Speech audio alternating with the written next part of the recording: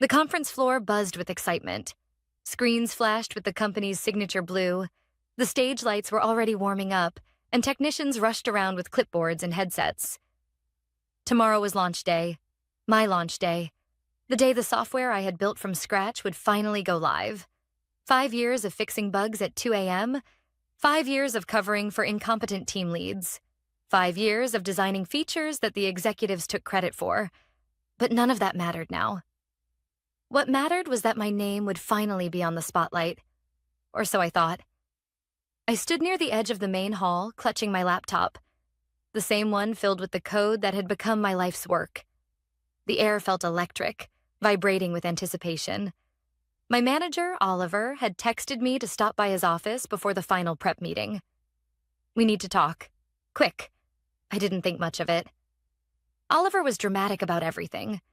Coffee orders, Slack messages, even calendar invites. Still, something in the pit of my stomach tightened as I walked through the hallway. Dark, quiet, too empty for this time of day. When I knocked on his door, he didn't say, "Come in." He just yelled, "Yeah," like I was an inconvenience typical. I pushed the door open. Oliver was seated behind his desk, leaning back like some king on a throne. Across from him sat a girl, barely 20, bright-eyed, smiling too wide I recognized her. The new intern. Name, Mia? No, Maya. She'd been here for maybe 6 weeks. Oliver clasped his hands together dramatically. "Laura," he said, drawing out every syllable. "We've been reviewing things, and we've decided to go in a new direction." I frowned. "A new direction? For what?" "The launch," he said casually, as though he wasn't detonating a bomb in my life. "We're replacing you with Maya as the product lead." My pulse spiked. I stared at him, waiting for the punchline.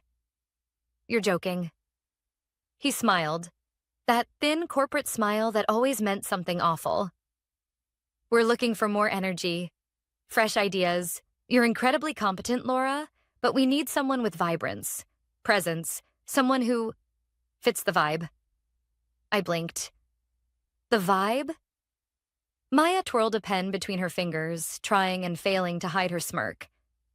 Oliver continued. "Tomorrow, Maya will be presenting the product, leading the rollout, handling press questions. You'll support her transition by handing over your laptop, documentation, everything she might need." My laptop. My code. The room suddenly felt smaller, tighter, suffocating.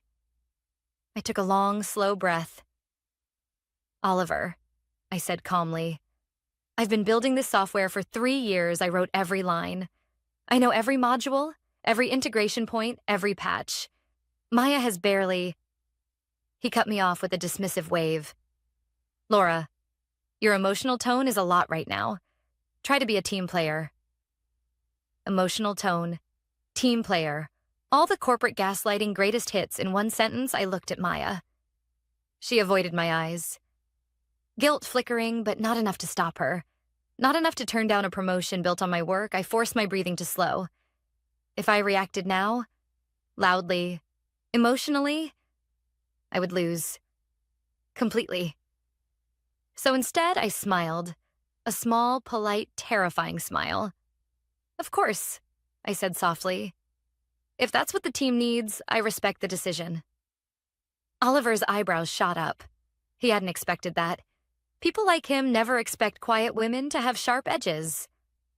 I opened my laptop, typed a few things, closed it, and placed it gently on his desk. "Good luck tomorrow," I said, handing it to Maya like a gift. "Truly." Oliver beamed, relieved. Maya mumbled a thank you. What they didn't know, what they never bothered to ask, was that the code they had been bragging about for weeks was still operating under my private license. The company had access, but they didn't own it. They thought they did, of course, because Oliver never reads the fine print and legal never bothered to ask for a formal transfer of IP rights. I had waited for them to treat me like a human being. They didn't. So now they would learn what happens when you mistake quiet for weak. As I stepped out of the office, the air in my lungs felt lighter, cleaner. I walked past the conference hall again, watching the screens flicker with promotional teasers. The entire company was counting down the hours to launch day would be fun. Very, very fun.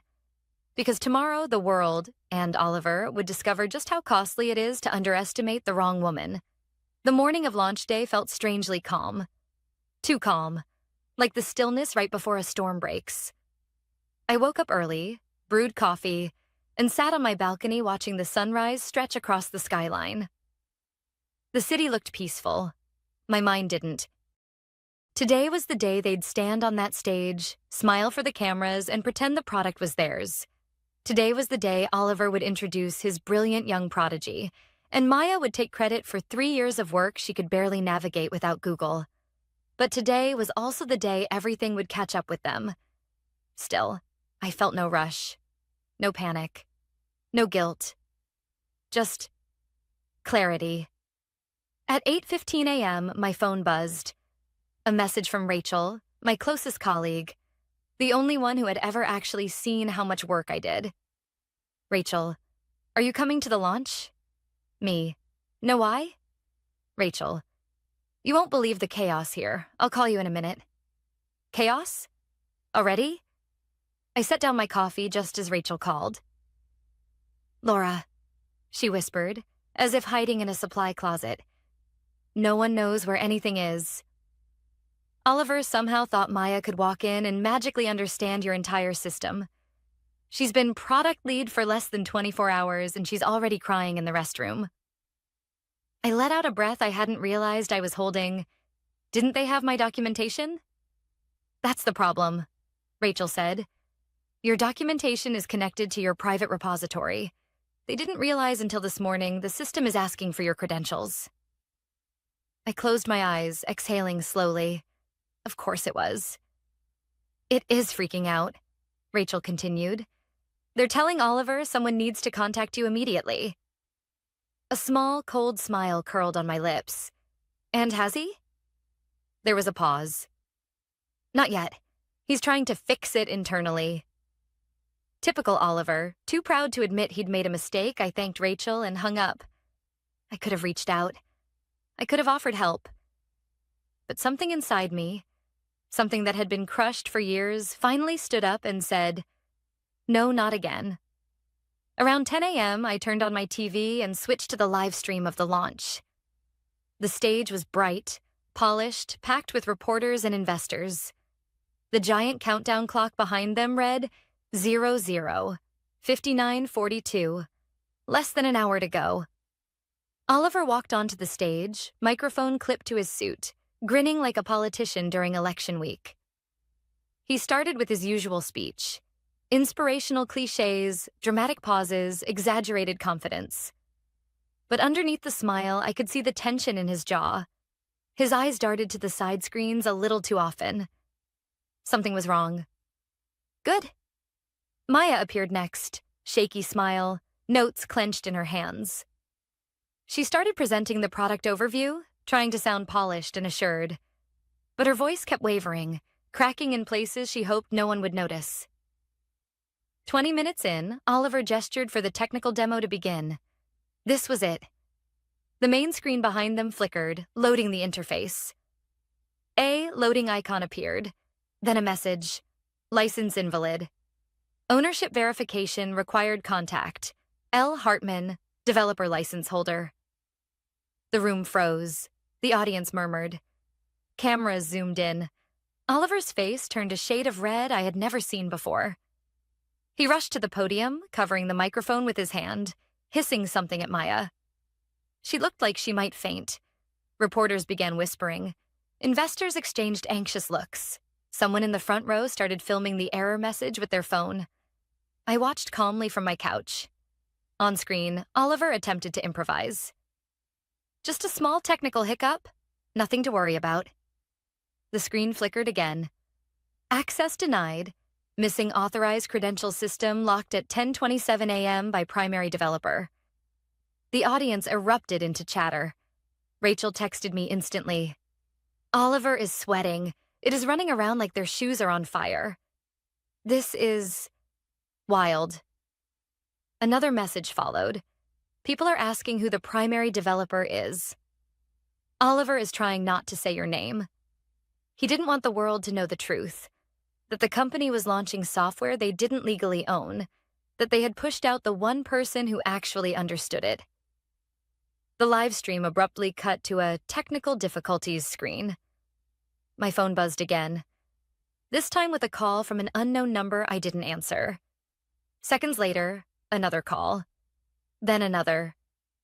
At 10:41 a.m., a text appeared. Oliver, we need to talk, now. I stared at the message for a long moment, feeling the weight of 5 years settle into a single breath. Then I typed, I'm busy. Good luck with the launch. I hit send. And for the first time in years, I felt powerful. The afternoon unfolded in waves of ringing, buzzing, and vibrating chaos. My phone lit up with missed calls faster than I could swipe them away. Unknown numbers, company lines, even Oliver's personal cell. I didn't answer a single one. Instead, I sat at my kitchen table, eating leftover pasta and watching notifications pour in like I was observing someone else's disaster, not the one I had quietly engineered. At 12:03 p.m., Rachel called. She didn't even say hello. Laura, it's bad. I raised an eyebrow. Define bad. She took a shaky breath.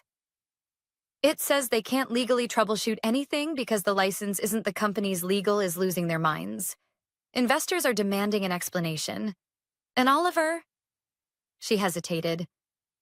I've never seen him like this. A small part of me, a part I'd buried under years of being polite, accommodating, and quiet, felt a spark of satisfaction. What happened after the live stream cut? I asked. You want the short version or the dramatic version? Give me the truth. Rachel exhaled. They tried to hack into your account. I froze. They what? Oh, don't worry, she said quickly. Security flagged it immediately. The company could get sued just for attempting it. Legal shut it down before it got too far. I rubbed my forehead. They're unbelievable. That's not even the worst part, Rachel continued. One of the investors, the big one, Dawson Capital, demanded to know why the company doesn't own the product's IP. Someone in the back accidentally mentioned your name. You should have seen the looks on their faces. I blinked slowly. That wasn't an accident. She hesitated. No, I don't think it was. Silence stretched between us for a moment. Are you okay? Rachel finally asked. I nodded even though she couldn't see me. Yeah, for the first time in a long time? Yeah. She let out a breath of relief. Good, because they're going to come crawling, Laura. They're desperate. As soon as we hung up, another text appeared, from one of the senior engineers, Jonas. I had no idea they were doing this to you. If you need a reference or anything, I'm here. Then another. Emily. Just watch the recording. They're screwed without you. And another, dev team group chat. Guys, we messed up. We should have backed you. I stared at the messages, feeling something complicated move inside me. It wasn't vindication. It wasn't anger. It wasn't even pride. It was recognition. The realization that people had seen more than I thought they did. Around 1:20 p.m., my doorbell rang. Twice. 3 times. I walked to the peephole and sighed. Oliver. He stood there sweating through his designer shirt, tie pulled loose, hair messy. A man who'd been humbled by reality. I opened the door just enough to look at him, not enough to let him in. Laura, he said, breathless. We need to talk. No, I replied. You need to talk, I'm listening. He swallowed hard. You know the situation. The launch is dead. The investors want answers. The board wants a fix. We need you to... No. He blinked. No? No, Oliver, I repeated. You made your decision. He stepped forward slightly. I stepped back. We can compensate you. He rushed out. A bonus, equity, a lead role. You replaced me with someone who didn't understand the product. I said quietly. You told me she fit the vibe better. You humiliated me behind closed doors and expected me to hand over everything like a good little employee. That was a mistake, he said quickly. I admit that now. I panicked. You didn't panic, I corrected. You underestimated me. He looked like I'd slapped him. I took a slow breath. The only reason you're here is because you thought I'd be too scared to walk away. You assumed my loyalty was permanent. It wasn't. He ran a hand through his hair in frustration. Look, we can fix this. If you give us access to the license. There it is, I said softly. He froze. What? That's all you care about, not me. Not the work, not what you did. My voice stayed calm, steady. Just the code. For a long moment, neither of us spoke. Then I said, Goodbye, Oliver. I began to close the door. His hand shot out, stopping it. Laura, please. I met his eyes through the narrow gap. The eyes of a man who finally realized he wasn't in control. Move your hand, I said. He did. The door shut with a soft, final click. My heart pounded, not with fear, but with something much stronger. Freedom. I walked back to my living room, my phone buzzing again with new messages. Among them was one from a number I hadn't seen in years, Andrew Carter. I heard what happened at the launch today. Are you available to talk? I stared at the message. For the first time since this all began, the future didn't look uncertain. It looked promising. Very promising. I stared at Andrew Carter's message for a full minute before I even breathed. Andrew had once been the only executive in the company who actually understood what I did. Not just technically, but strategically. He'd championed my early prototypes. He'd pushed for budget increases. He'd defended me during meetings where Oliver tried to take credit for features he couldn't even explain. And then, 3 years ago, the board pushed Andrew out after clashing with the CEO one too many times. The company had never recovered from losing him. Not in innovation, not in leadership, not in morale. Now he was messaging me. My thumb hovered over the screen before I finally typed, I'm available. What's going on? Andrew, I'll call you in 10. I set the phone down, suddenly aware of how quiet my apartment was. The launch disaster still played on repeat in my mind. Oliver sweating, Maya panicking, investors demanding answers. But beneath that, something new was growing. Possibility. At exactly 10 minutes, my phone lit up. Laura? Andrew's voice hadn't changed. Calm, warm, sharp. The kind of voice that made people sit straighter. Hi, Andrew, I said, trying to keep my composure. I'm guessing your morning was eventful, he said. You could call it that. He let out a breath that sounded halfway between a laugh and disbelief. I saw the clip online. My phone hasn't stopped ringing investors, reporters, former colleagues. Everyone wants to know how the company managed to launch a product they don't own. I didn't respond. I didn't need to. Laura, he continued, I'm going to ask you something directly. Are you looking for your next step? I leaned back in my chair. I haven't really thought that far. Well, Andrew said, I have. It was quiet for a moment. I'm building a new firm, Carter Technologies, he explained. We're focusing on scalable software solutions for logistics and healthcare sectors. I need a head of engineering, someone who understands systems deeply, someone who's proven they can create something from nothing. My heartbeat quickened. And you want that to be me? I've wanted that to be you for years, he said. The only reason I didn't reach out sooner was because I knew you were loyal to your team, but after what happened today? He paused. I'm not going to pretend this wasn't the opportunity I was waiting for.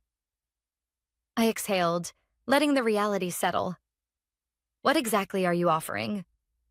A director role, full authority over your department, a salary that reflects your actual worth. And, he added, equity. Equity. The word hit different. It meant ownership, power, a say in what I created. Can you come by the office tomorrow? Andrew asked. I want to show you what we're building. I didn't hesitate. Yes, I'll be there. After the call, I sat quietly for a while. The room felt lighter somehow, like the air itself had shifted. It wasn't just that someone wanted me. It was that someone saw me around 3 p.m. Rachel texted. Update. The board called an emergency meeting. Oliver looked like he was about to pass out. Me. Anything on the product? Rachel. They're considering scrapping the whole launch. Investors are furious. Honestly, it's a meltdown. I typed a quick reply, but before I could hit send, another text came in. Rachel. Also, people know you didn't sabotage anything. Word is spreading fast. Folks are saying the company pushed out the person who built the entire system. Kinda proud of you. A strange mixture of sadness and gratitude washed over me. I had spent so long feeling invisible there. I never expected anyone to defend me after I left. By early evening, I decided to take a walk. The air was crisp, the sidewalks busy, the city humming with life. I let my feet take me wherever they wanted. A quiet park near the water, I sat on a bench, watching waves hit the rocks. For the first time in years, I wasn't thinking about deadlines, bug reports, or Oliver's condescending tone. I wasn't dreading Monday mornings. I wasn't bracing myself to be overlooked again. I was thinking about tomorrow. A new company, a new role, a new beginning. And in that quiet moment, I realized something important. Something I wished I had understood years ago. Sometimes the universe doesn't push you out of a place because you're losing something. Sometimes it kicks you out because you're finally ready for something better. I looked out at the darkening horizon, my reflection wavering on the water's surface. Tomorrow, everything would change. And for once, the change would be on my terms. I arrived at Carter Technologies the next morning with a strange mix of confidence and disbelief. The building wasn't flashy or towering like my old company's headquarters. It was modest, 3 floors, glass entrance, modern interior. But something about it felt alive, purposeful, like a place where things were built, not stolen. Andrew met me in the lobby. He looked energized, almost younger than I remembered Laura. He said warmly, shaking my hand. Welcome. He gave me a tour. Open workspaces filled with actual collaboration. Whiteboards covered in real ideas, not corporate buzzwords. And a small but passionate team that greeted him like they genuinely liked him. We ended in a quiet conference room. This, he said, sliding a folder in front of me, is the official offer. I opened it. A director title, A competitive salary, actual leadership authority, and significant equity. Real equity, not the fake promises my old company dangled like a carrot. I met his eyes. Andrew, this is generous. It's what you're worth. He leaned forward slightly. I'm not hiring you for what you did at your previous company. I'm hiring you for what you can build here. Those words settled deep in my chest, grounding me in a way I didn't expect. Before I could respond, my phone buzzed with a call from Rachel. I excused myself and stepped into the hallway. Rachel? I answered. Oh my God, Laura, you need to hear this, she said, breathless. The board just finished their emergency meeting. And? They fired Oliver. I froze. Already? He tried to blame the whole thing on you, she said. Claimed you sabotaged the launch out of revenge. IT and legal shut that down immediately. They told the board the system error wasn't sabotage. It was negligence. On his part. Of course it was. Rachel continued. Investors pulled out. The board said they can't recover the product in time. They canceled the project entirely. I leaned against the wall, absorbing the words. She exhaled.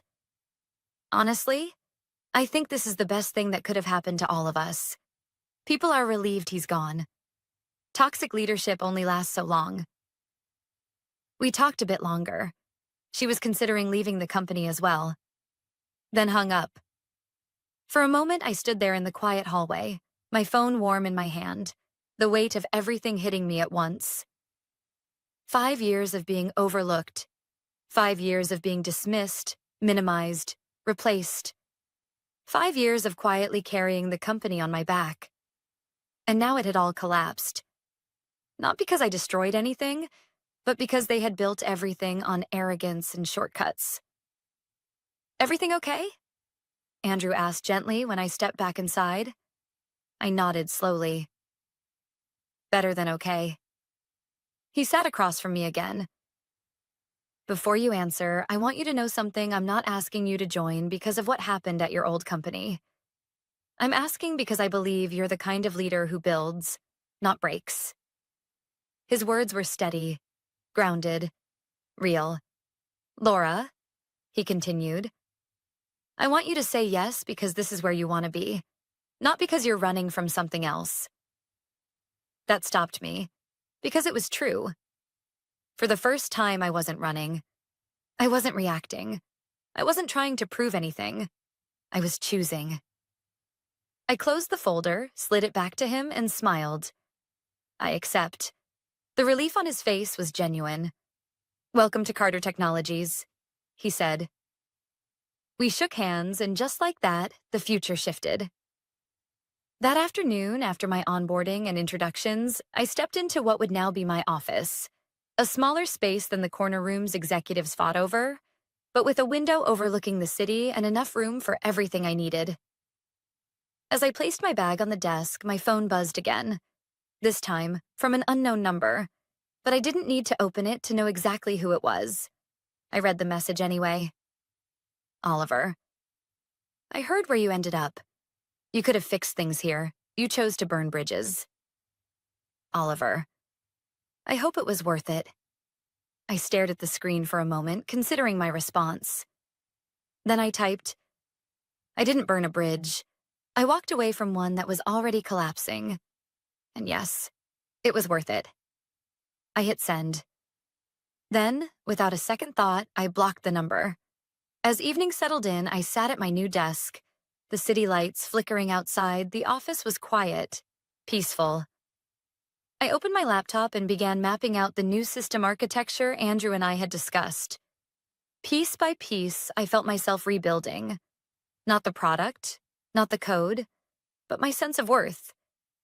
And in that calm, steady silence, the most powerful truth finally settled.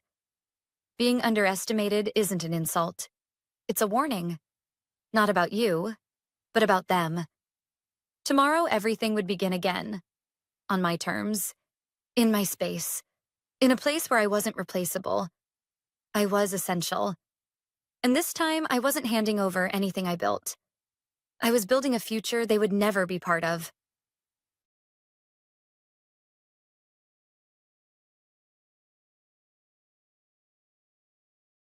Apologize or leave. Those were the exact words the CEO, Mr. Beaumont, said while staring at me across the polished glass conference table. His son, Ethan, lounged in a chair beside him like a bored prince waiting for someone to kneel. My hands were folded calmly in front of me. My heart wasn't calm, but I refused to let either of them see it. And all I said was, "All right." Ethan smirked like a child who'd finally gotten his favorite toy taken away from another kid. Mr. Beaumont blinked, surprised I didn't argue. He expected negotiation. Or begging. I gave him neither. He cleared his throat as if regaining control. "Since you understand, consider this your final warning. You will apologize to Ethan for failing to follow through." I didn't fail to follow through. I cut in, voice steady. I refused to approve an unbudgeted vendor contract without proper documentation. That's policy, not disrespect. His jaw tightened. Ethan leaned forward. "See? She's doing it again. She thinks she knows more than me." I didn't respond. Arguing with someone who confused ego with competence was pointless. Mr. Beaumont locked his gaze on me again. 2 week suspension, without pay. You'll return once you've apologized and recommitted to proper professional conduct." There was a moment, one sharp still second, where everyone waited for my reaction. I nodded once. Understood. That wasn't the reaction they were prepared for. Ethan straightened, his smirk fading just enough to betray confusion. Mr. Beaumont looked almost disappointed, like a man robbed of the dramatic power struggle he rehearsed. "Is there anything else?" I asked. He waved his hand. "We expect you back on the 16th. I stood, gathered my notes, and walked out. Not fast, not flustered. Controlled, silent. But every step felt like shedding weights I had carried far too long. My office had been my second home for 4 years. Floor-to-ceiling windows overlooked the Chicago skyline. My walls held frame certifications, awards, and thank you cards from project teams I had led through chaos and impossible timelines. This wasn't just a job. I had built entire departments, systems, procedures, things that kept the company running smoothly while others collected credit. Ethan wasn't one of those others. He collected power, and his father handed it to him wrapped in gold. 3 days earlier, Ethan had demanded I approve a vendor invoice triple the agreed amount. No documentation, no justification, no discussion. Just do it. When I asked for a breakdown and contract versioning, he stormed out and filed a complaint claiming I was blocking innovation. I didn't think he'd take it this far. But deep down, maybe I always knew something like this was coming. People like Ethan don't hate competence. They fear it. And fear makes them dangerous. I packed slowly. Not because I needed time, but because I wanted clarity. Every award I pulled down reminded me of working 70-hour weeks while Ethan posted rooftop cocktails on social media. Every manual, every blueprint, every signed-off approval reminded me I wasn't lucky. I was necessary. My email pinged. James, lead project manager. "What happened? Ethan's telling people you're suspended." Maya, senior analyst. "Please tell me there's a misunderstanding." Alex, compliance. "Do you need support? I'll testify if necessary." My throat tightened. Not with sadness, but with recognition. People had noticed. People cared. Not about drama, about integrity. I silenced my phone and kept packing. My resignation letter took 12 minutes to finalize, not because I didn't know what to say, but because it needed precision. No emotion, no accusation, just truth. A clock ticked somewhere in the office, the first time I'd ever actually heard it. Time felt louder when you knew you were done pretending. I saved the file, printed it, signed it. Then I paused. My hand hovered over the send button of an email that contained project documentation, financial inconsistencies, timeline impact reports, and audit-ready summaries of every violation Ethan had pushed for. Facts, no insults, no opinions, just receipts. Click, sent. The next morning, I arrived early, too early for witnesses. I placed the resignation letter neatly on my empty desk, locked my office door behind me, turned in my badge, and walked toward the elevator. The moment I stepped inside, the building felt lighter, as if the walls themselves knew something irreversible had shifted. By noon, my phone exploded. Calls, texts, emails, then one voicemail after another. But one message stood out. Not by tone, but by fear. "Kate, this is Robert from legal. Please tell me you didn't post the documentation. Call me back immediately." 2 seconds later, another voicemail. Another voice. Mr. Beaumont. His voice wasn't commanding anymore. It trembled. "Kate, we need to talk." And then the most satisfying pause. "Please." That was the moment I knew. This wasn't the end. It was the beginning. And the consequences? They were only just starting to unfold. When I arrived at the office the next morning, I didn't expect a spectacle. I expected quiet awkwardness, maybe whispers. But the moment I stepped into the lobby, I realized something else entirely had happened. People were staring. Not subtly, not politely. Wide-eyed, stiff-backed, waiting. The receptionist, who normally smiled at everyone like her life depended on it, looked pale. She cleared her throat. "Kate, the CEO asked me to send you upstairs immediately." No greeting, No small talk, just urgency. I nodded once and stepped toward the elevators. As the doors closed, my phone buzzed again. 5 messages from people I barely spoke to. 1 from a client, 2 from department heads, 1 from HR, and 1 from Ethan. Where are you? We need to talk. I didn't respond. The doors opened to the executive floor, a place that usually felt tense from ambition, but today felt suffocating. Whispers stopped the moment I walked through. Someone hissed under their breath. That's her. Another murmured, I told him she wouldn't take it. I ignored all of it and made my way down the hallway. Mr. Beaumont was standing outside the conference room, not seated, not relaxed. Standing, pacing, jaw tight. The moment he saw me, his expression morphed into something between relief and anger. Kate, he said, we need to speak. Immediately. Behind him, the company lawyer, Robert, held a stack of papers and looked like someone had drained all the blood from his face. And next to him, arms crossed and eyes burning, stood Ethan. He looked different today. There was no smirk, no arrogance, only panic disguised poorly as rage. I walked inside calmly and took a seat. No one else sat. Mr. Beaumont exhaled slowly. Tell me you didn't send project documentation to clients and board members. It wasn't to everyone, I replied. Only to those directly impacted by decisions made without proper approval. Robert shut his eyes briefly like he was silently begging a higher power for patience. Ethan slammed his palm against the table. You went behind management. You tried to sabotage me. I turned my head and looked at him. Really looked. His anger wasn't leadership. It was fear. I shared factual project records. I said evenly. If those documents jeopardize your credibility, that isn't sabotage. It's transparency. Silence. A thick, trembling silence. Robert cleared his throat. Kate, the board is alarmed. 2 major clients have already requested meetings. 1 forwarded your documentation and asked whether they should begin transitioning their contract. I didn't flinch. I already knew. One of them called me last night. Mr. Beaumont scrubbed a hand across his forehead.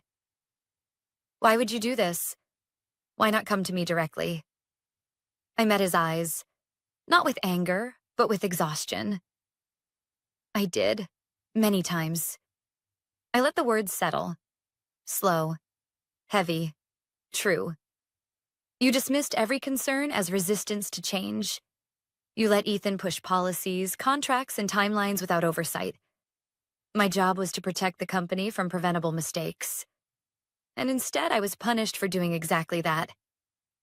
His shoulders slumped just slightly.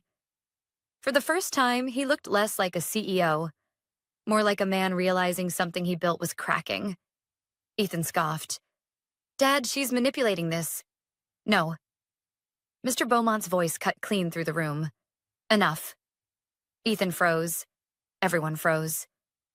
Mr. Beaumont looked at me again, expression harder now, but not cruel, calculating. What do you want, Kate? He asked quietly.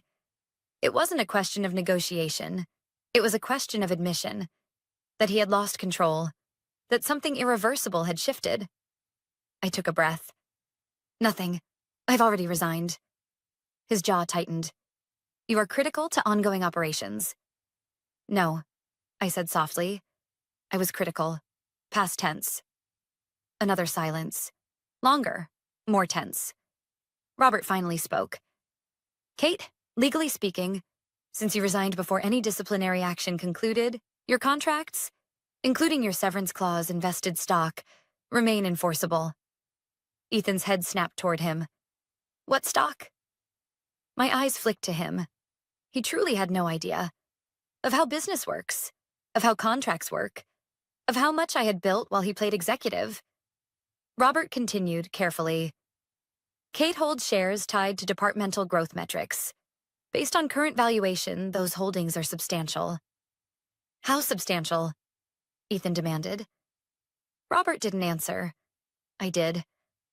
Enough that ignoring my warnings wasn't just insulting, it was financially irresponsible. Mr. Beaumont inhaled sharply. A man used to control. A man suddenly aware he didn't have it. He swallowed. Kate, please, come back to my office. Let's renegotiate. I stood, not abruptly, not dramatically, just done. There was nothing left to renegotiate. I walked toward the door. Before leaving, I paused and spoke. Not to him, not to Ethan, but to the room. To build something lasting, leadership has to be earned, not inherited. Then I walked out. No one followed. No one spoke. No one breathed. I expected silence after leaving the conference room. Instead, the moment I stepped into the hallway, someone moved toward me. It was Maya, one of the analysts from my team. Her eyes were glossy, her voice shaky. "Is it true?" she whispered. "You're really leaving?" I nodded. She swallowed hard, looked away, and then surprised me by pulling me into a hug. Quick, tight, like someone clinging to the last moment before things changed forever.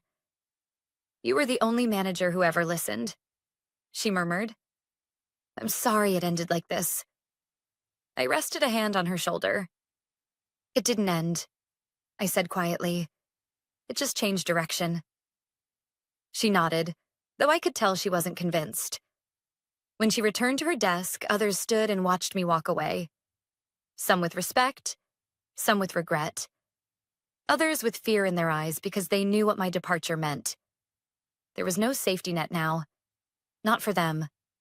Not for the company. Not for the truth. By the time I reached the lobby, word had spread beyond whispers. The air felt electric, like the building itself was aware that something irreversible had happened. The elevator chimed behind me and I heard hurried footsteps.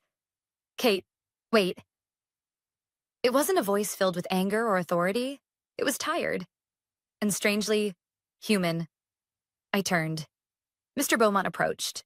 No entourage, no lawyer, no Ethan shadowing him. Just a man, older than yesterday, shoulders heavier, eyes uncertain. "Walk with me," he said. A request this time, not a command. We stepped outside.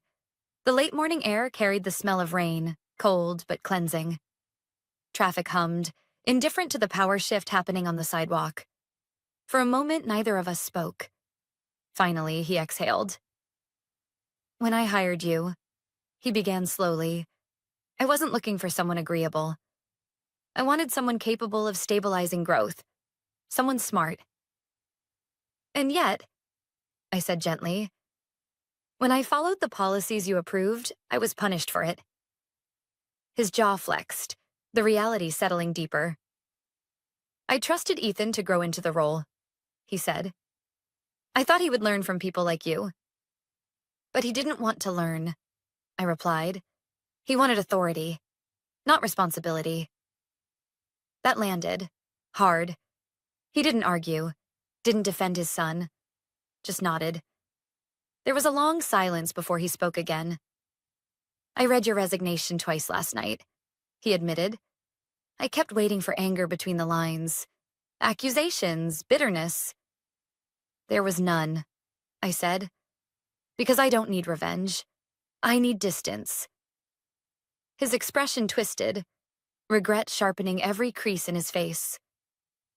"Kate, I didn't realize how much you were carrying." "I know," I replied. "That's why I left." Something broke in his expression then. Not pride, not embarrassment. Something deeper. Recognition. For the first time, he wasn't looking at an employee. He was looking at the fallout of his choices. "I'm not here to ask you to return again," he said finally. "But I do want to understand something." I met his gaze. "What?" "What should I have done differently?" It wasn't a trap. It wasn't manipulation. It was genuinely asked. So I answered honestly. "You should have held Ethan to the same standards as everyone else. You should have listened when your team warned you something was wrong. And you should have recognized that loyalty doesn't mean silence." He closed his eyes for a moment, like absorbing truth felt physically painful. When he spoke again, his voice was low. I failed you. It wasn't dramatic. It wasn't emotional. It was simply true. I nodded once. Maybe. But you don't have to repeat the failure. He looked up, surprised. Fix what can still be fixed, I continued. Not for me. Not for Ethan. For the people still inside that building doing their best with no protection. We stood in silence after that, two people acknowledging a line that could never be uncrossed. Eventually, he extended his hand. Thank you, Kate. Not for leaving, but for finally forcing him to look at what he avoided. I shook his hand. Then I walked away. Not fast, not triumphant. Just forward. Halfway home, my phone buzzed, a number I didn't recognize. Normally, I would have ignored it, but something told me to answer. Hello? A woman's voice responded, calm and professional. Hello, Kate. My name is Olivia Martinez. I'm the Chief Operations Officer at Evercrest Dynamics. We received your documentation this morning, not through the company, but through a mutual contact. I straightened, pulse steady. Not anxious, just alert. We'd like to speak with you, she continued, about a position, or possibly a partnership. A beat of silence. Then, are you available this afternoon? For the first time since the suspension, I smiled. Yes, I said. I think I am. Because sometimes leaving isn't the end. It's the doorway someone else has been waiting to open. I spent the drive home rehearsing possibilities, not because I needed the perfect response for Olivia, but because everything felt surreal. Just 24 hours earlier, I'd been suspended, humiliated, dismissed as difficult. Now a major company wanted a conversation. When I arrived home, I didn't sit down. I paced, slow steps across my living room, letting the reality settle instead of rushing to react. At 2 p.m., I joined the call. The screen lit up with Olivia's face first.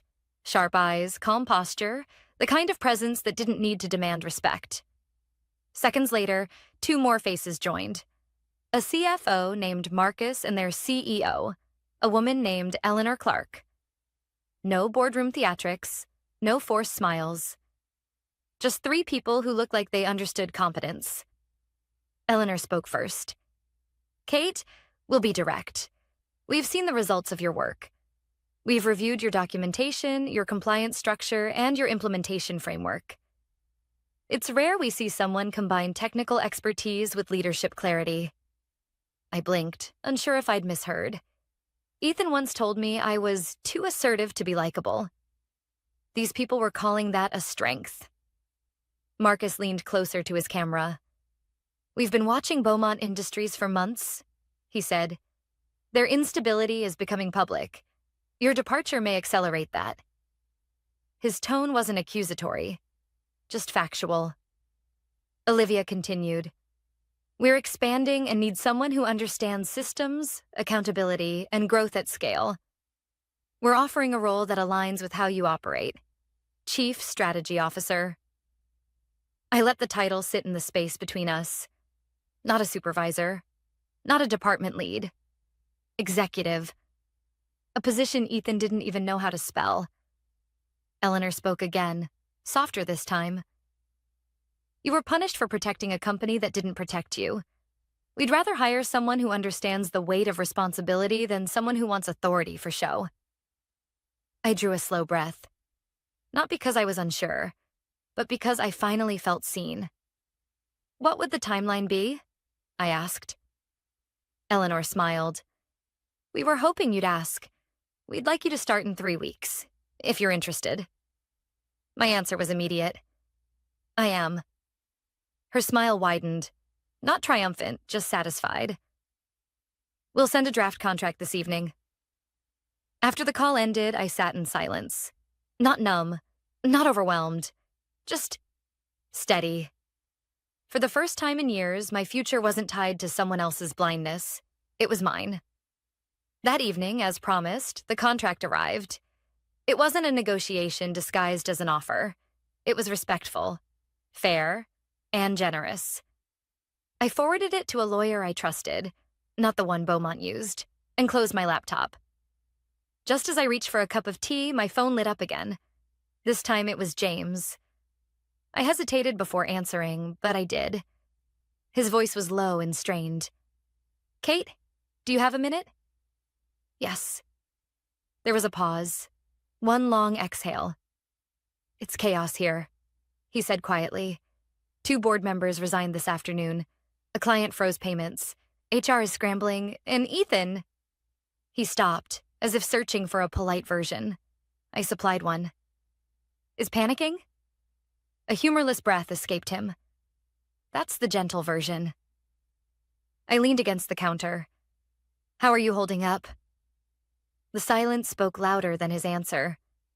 "I'm doing my job," he said finally. "But it's hard watching everything fall apart when it didn't have to." There it was, the truth underneath all of this. It never had to end this way. But ego destroys what humility could save. "You'll be okay," I told him. "You know the work. People trust you.